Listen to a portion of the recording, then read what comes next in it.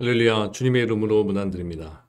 다 같이 사도신경으로 신앙 고백하심으로써 수요일 새벽 예배를 시작하겠습니다. 나는 전능하신 아버지 하나님, 천지의 창조주를 믿습니다. 나는 그의 유일하신 아들, 우리 주 예수 그리스도를 믿습니다. 그는 성령으로 잉태되어 동정녀 마리아에게서 나시고 본디오 빌라도에게 고난을 받아 십자가에 못 박혀 죽으시고 장사된 지 사흘 만에 죽은 자 가운데서 다시 살아나셨으며 하늘에 오르시어 전능하신 아버지 하나님 우편에 앉아 계시다가 거기로부터 살아있는 자와 죽은 자를 심판하러 오십니다. 나는 성령을 믿으며 거룩한 공교회와 성도의 교제와 죄를 용서받는 것과 몸의 부활과 영생을 믿습니다. 아멘. 하나님 감사합니다. 이 아침에도 우리를 불러주시고 하나님의 말씀을 나누며 하나님을 느끼며 하나님을 경험하는 시간 주셔서 감사합니다. 이 시간을 통해서 우리의 구할 것을 기도로 올려드리며 또 말씀을 통해서 하나님의 들려주시는 음성을 우리들 가운데 심는 예배드리도록 인도해 주시옵소서. 하루하루 세상을 살아가면서 겪게 되는 많은 문제들과 고통들과 또 해결되지 않은 많은 것들이 우리들 안에 있습니다.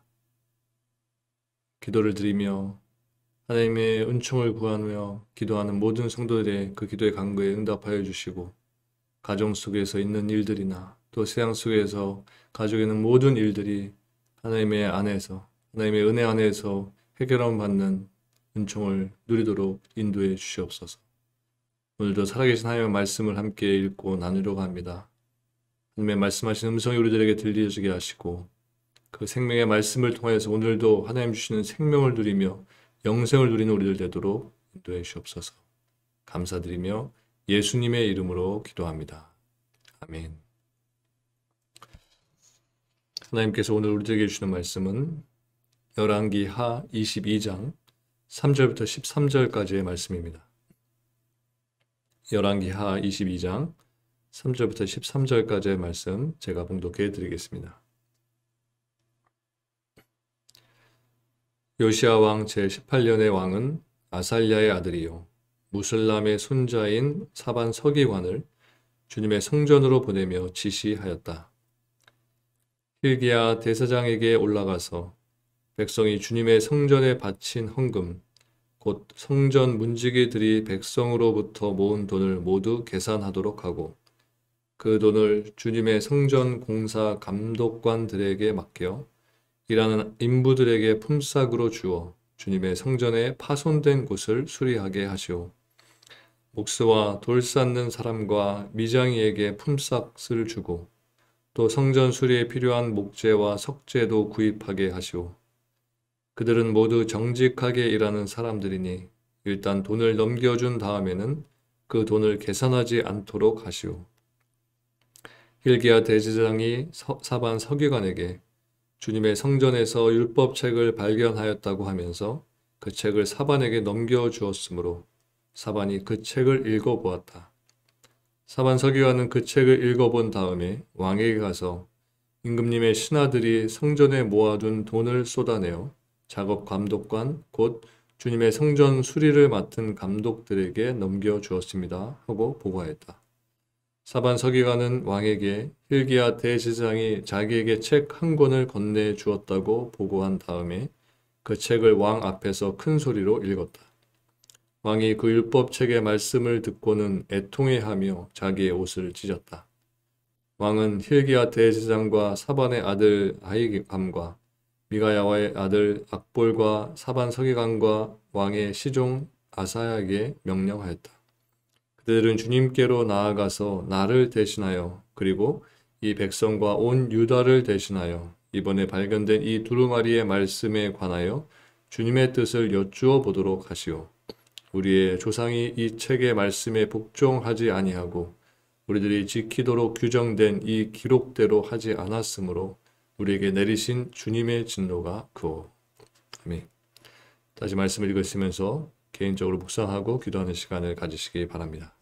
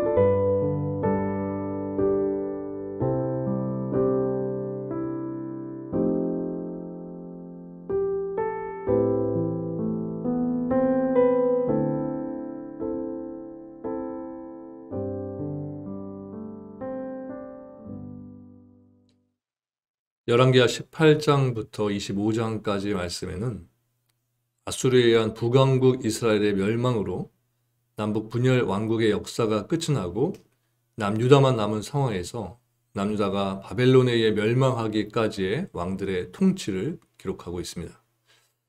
이 시대에 남왕국을 통치한 왕은 제13대 왕 히스기야부터 제20대 왕 시드기야까지 총 8명이었고 그 가운데 선한 왕으로 평가받은 왕은 히스기야와 요시야 왕 둘뿐이었습니다. 요시야는 BC 640년에 남유다 제16대 왕으로 즉위해서 BC 609년까지 31년간 남유다를 통치했습니다. 그리고 요시야가 남유다를 다스리던 이 시기는 고대 근동의 최강국이었던 아수르의 세력이 급격히 약화되고 메대 제국이 태동하던 시기였습니다. 또 신흥 강국으로 급부상한 바벨론 제국이 세력을 키워나가던 시기이기도 했습니다. 이러한 국제 정세의 혼란과 강대국 간의 각축전으로 인해서 이 시기의 유다는 비교적 외세의 영향력으로부터 자유로울 수가 있었습니다. 이렇게 요시야가 그의 통치 기간 동안 자유롭게 종교 개혁을 추진할 수 있었던 것은 바로 이러한 국제 정세가 형성되었기 때문이었던 것입니다. 1절 말씀을 보면 요시야가 왕위에 오를 때 나이가 8세라고 했습니다. 이처럼 요시야가 어린 나이에 왕이 된 것은 아마도 그의 부친 아몬이 신하들의 반역으로 젊은 나이에 죽게 되었기 때문일 겁니다. 그런데 성경을 보면 히브리 사회에서 성년이 되는 나이는 대략 12살쯤이었고 전쟁에 나가는 때도 20살이었습니다. 또 성전의 직무나 공적 직분에 대한 표준적 나이는 또한 30세 정도였습니다. 때문에 가장 이상적인 왕으로 알려진 다윗이 왕이 된 나이나 또 예수님께서 공생애를 시작하신 때가 모두 30세였다는 것은 매우 상징적인 의미가 있는 것입니다. 사실 모든 것이 정상이라면 한 나라의 왕이 되기 위해서는 아무리 적게 잡아도 최소한 30세 정도는 되어야 하는 것입니다. 왜냐하면 일반적으로 사람은 이 정도 나이가 되었을 때 비로소 어느 정도의 판단력을 갖게 되고 또 전쟁이 났을 때 칼을 잡고 진두지휘를 할 정도의 능력을 가질 수 있기 때문입니다. 따라서 전도서 10장 16절에 보면 솔로몬은 왕이 어린 나라는 화가 있다 이렇게 말했고 이사야 선지자 역시도 이사야서 3장에 보면 어린이가 왕이 되는 것을 일종의 하나님의 심판으로 묘사하기도 했습니다. 그런데 오늘 본문에서 요시야는 8살의 왕이 되었다고 했으니까 정말 좌우도 분간할 줄 모르는 철없는 나이에 왕이 되었던 것입니다. 게다가 그는 조부 므낫세와 부친 아몬이 저질렀던 온갖 우상 숭배와 악행을 개혁해야 하는 무거운 부담을 안고 있었습니다. 따라서 이러한 점에서 보면 요시야는 최악의 조건에서 왕이 되었다라고 말할 수 있는 것입니다. 하지만 여러분, 성경을 보면 요시야는 어린 나이에 이미 하나님을 찾는 마음을 품었던 사람인 것을 보게 됩니다. 그리고 이 마음을 가지고 오직 다윗의 길을 따라 철저하게 개혁을 진행했기 때문에 후세 사람들로부터 제2의 다윗이라는 찬사까지 받는 그런 성공적인 왕이 되었던 것입니다. 다시 3절 말씀을 보면 요시야 왕은 성전 수리를 위해서 서기관인 사반을 보냈다고 했습니다.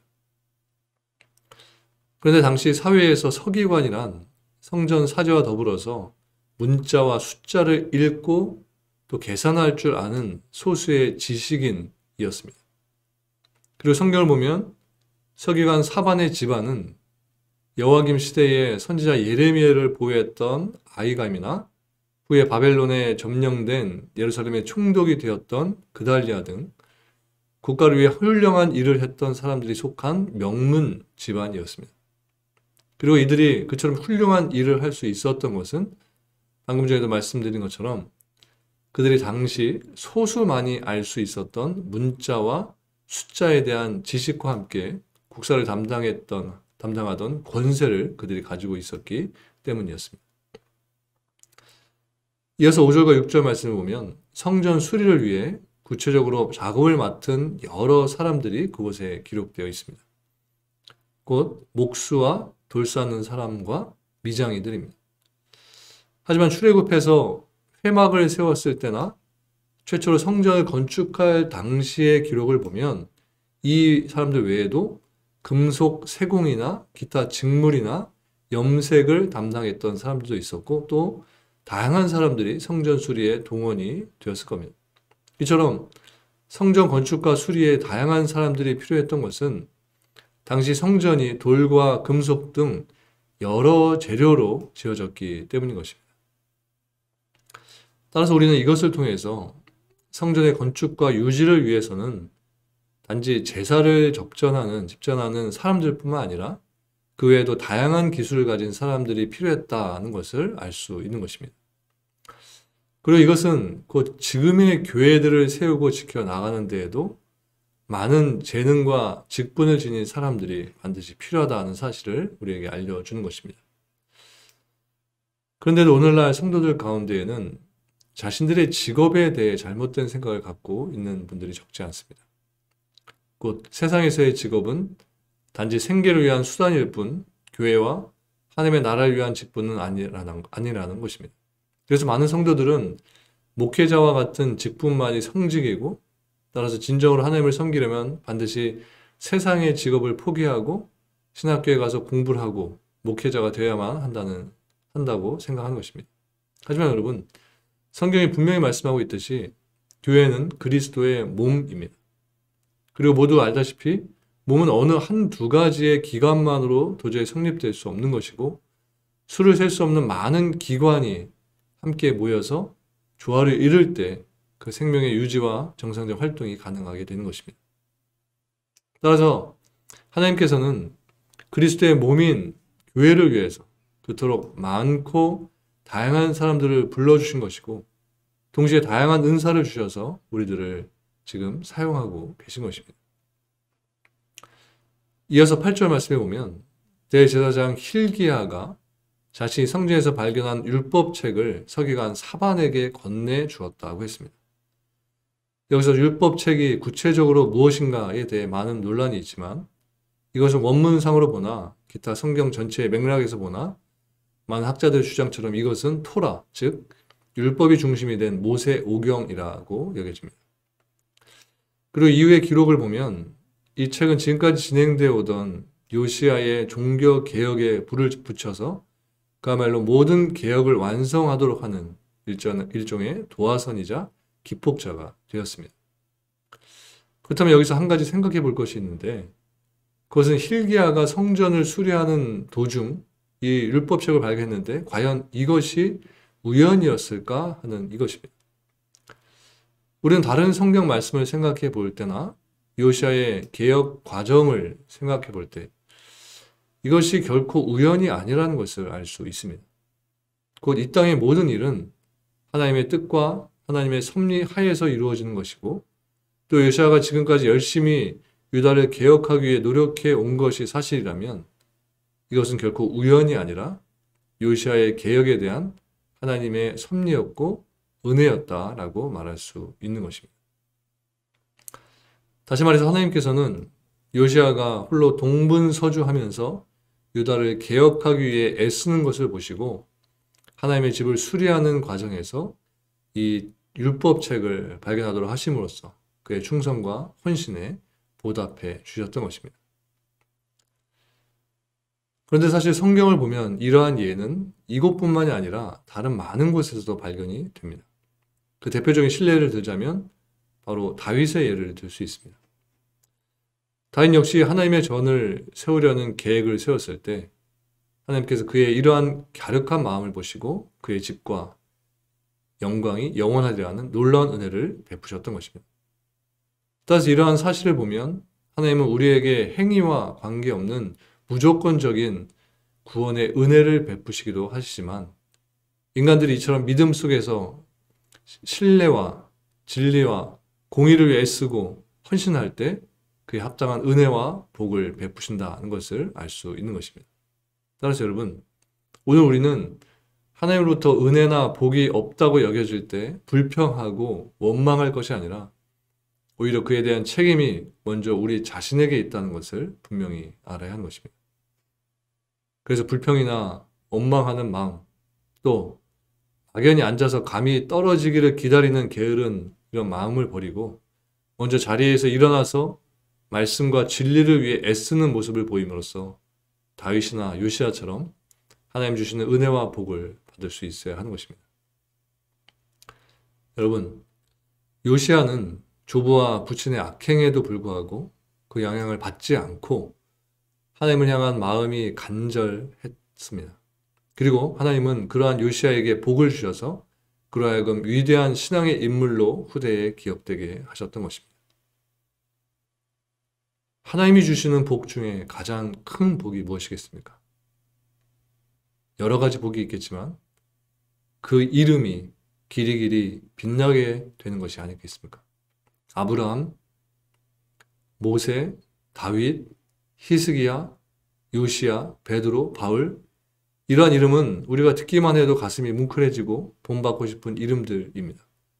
이 이름들은 우리 주님의 이름과 더불어서 모든 세대의 성도들의 가슴에 별처럼 빛나고 있고 또 성도들이 가야 할 길을 제시해 주고 있는 것입니다. 이렇게 이들의 이름이 이렇게 존귀하게 된 것은 그들에게 하나님을 향한 열심이 있었기 때문인 것입니다. 즉 하나님은 그들의 열심을 보시고 그들의 이름을 존귀하게 해 주신 것입니다. 여러분, 우리라고 이렇게 되지 말라는 법이 어디 있겠습니까? 우리도 하나님을 향한 열심을 보인다면 이렇게 우리들의 이름이 그리고 우리들의 삶이 존귀하게 될 것입니다. 그러므로 하나님을 향한 열심을 가지시고 여러분 모두가 이 시대의 요시야가 되시기를 주님의 이름으로 간절히 축원합니다. 기도하시겠습니다. 하나님 감사합니다. 우리를 불러주시고 우리를 사용하시고 우리를 통해서 하나님의 나라를 확장하고 계신 하나님, 그 모든 하나님의 섭리와 계획으로 인하여 감사를 드립니다. 우리의 작은 이 삶, 이 작은 모습을 통하여서 하나님 기쁘고 받아주시고 우리들의 삶을 통하여서 하나님의 역사를 이루시는 하나님인 것을 우리가 생각할 때 우리들은 결코 하루하루 나약해질 수 없고 무능력해질 수 없고 또 나태해질 수 없는 우리들의 삶이 되어야 하는 줄 믿습니다. 우리들의 삶을 치고 복종시켜서 오직 하나님의 말씀 가운데 우리의 삶을 세우며 하나님의 이끄시는 대로 우리들의 삶이 쓰임받을 수 있도록 그렇게 오늘 하루도 나아가게 원하오니 우리들의 마음이 그곳으로 하나님의 마음이 있는 곳에 나아가게 하시고 우리들의 삶이 그렇게 하나님께 쓰임받을 인하여서 오늘 하루도 하루를 마칠 때에 하나님께서 사용하신 것으로 인하여서 감사하며 영광 돌리는 시간 될 수 있도록 우리의 삶을 사용하여 주시옵소서. 육신의 질병으로 고통 중에 있는 이들이 있습니다. 마음의 상처로 힘들어하는 이들이 있습니다. 하나님 찾아가 위로해 주시고 오늘도 그 모든 상황에서 일어나 하나님의 군사들로서 담대하게 하나님의 이름을 높여드리며 하나님의 영광을 위해 살아갈 수 있는 우리 모든 성도들 될 수 있도록 도와주시옵소서. 감사를 드리며 예수님의 이름으로 기도합니다. 아멘. 하늘에 계신 우리 아버지, 아버지의 이름을 거룩하게 하시며 아버지의 나라가 오게 하시며 아버지의 뜻이 하늘에서와 같이 땅에서도 이루어지게 하소서. 오늘 우리에게 일용할 양식을 주시고 우리가 우리에게 잘못한 사람을 용서하여 준 것 같이 우리 죄를 용서하여 주시고 우리를 시험에 빠지지 않게 하시고 악에서 구하소서. 나라와 권능과 영광이 영원히 아버지의 것입니다. 아멘.